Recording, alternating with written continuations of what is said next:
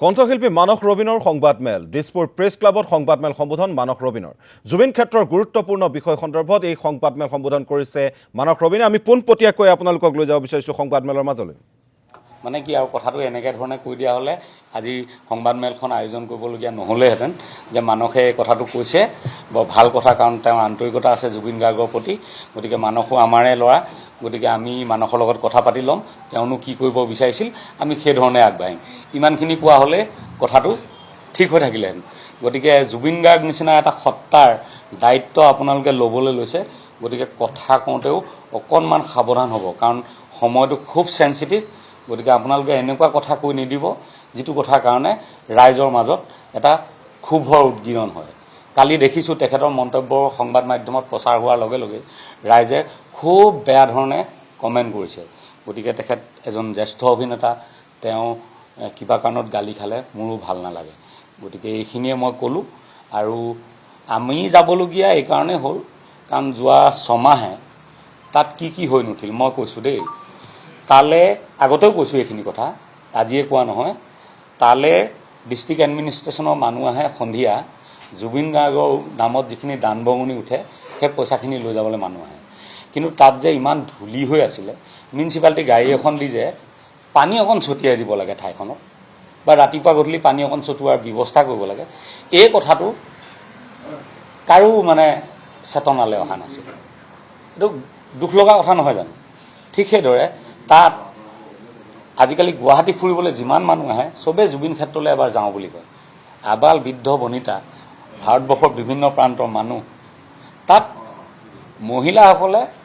নিজৰ প্ৰাতঃ কৰ্ম কৰিবৰ বাবে এটা প্ৰস্ৰাৱ গৃহ নাই আজিলৈকে টেম্পৰাৰী বনাই দিব পাৰে ন এতিয়া আমি যোৱাৰ পিছত কালিৰ পৰা যুদ্ধকালীন তৎপৰতাই কাম আৰম্ভ হৈছে মই কৈছিলোঁ যে 3 দিনৰ ভিতৰত জুবিন ক্ষেত্ৰৰ পৰিৱেশ সলাই দিম সলনি হৈ গৈছে কিন্তু মই নিজে কৰোঁ বা বেলেগৰ দ্বাৰাই কৰোঁ কিন্তু মোৰ যিটো পদক্ষেপ সেইটোৱে নিশ্চয় কিবা এটা কাম দিছে আৰু আমি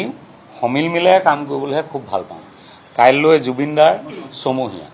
গতিকে জুবিন ক্ষেত্ৰলৈ জুবিন অনুৰাগীসকলক মাতিছোঁ অসমৰ অৰঙে দৰঙে থকা সকলো আহক কাৰণ চৰকাৰ এতিয়াতো চৰকাৰ নাই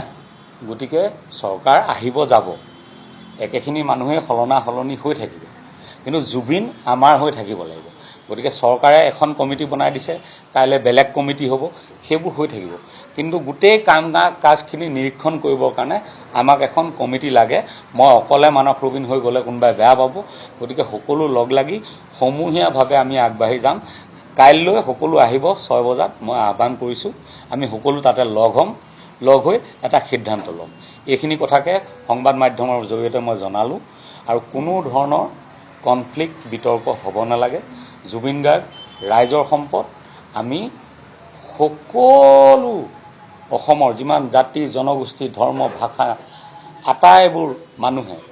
আনকি অসমৰ যিমান গছ নদী পৰ্বত পাহাৰ সকলোৱে আমি জুবিন গাৰ্গক আৱৰি ৰাখিম এই প্ৰতিজ্ঞাৰে আমি কাইলৈ লগ হ'ম ধন্যবাদ সন্ধিয়া 6 বজাত মানে আগবেলা মোৰ কাইলৈ এজনীয়া যিখন বিচাৰপীঠ তাত আয়োগত মোৰ সাক্ষ্য আছে সাক্ষ্য প্ৰদান কৰিবলৈ মোক 4 বজাত মাতিছে গতিকে 4 বজাৰ পৰা মই 5 বজামানত আজৰি হ'ম গতিকে 6 বজাত মই গৈ পামগৈ আৰু বেছিভাগ আজিকালি কামত ব্যস্ত মানুহ দিনত বহুত মানুহে সময় নাপাব কাইলৈ খোলা দিন যিহেতু গতিকে সন্ধিয়া 6 বজাত মাতিছোঁ সন্ধিয়া 6 বজাত লগ হ'ম এনে দিনততো ছমহীয়া কাৰ্যসূচী তাত চলিব আহিব বহুত মানুহ গতিকে কিন্তু মিটিংখনৰ কাৰণে মই 6 বজাত মাতিছোঁ ক্লিয়াৰ কৰি দিছোঁ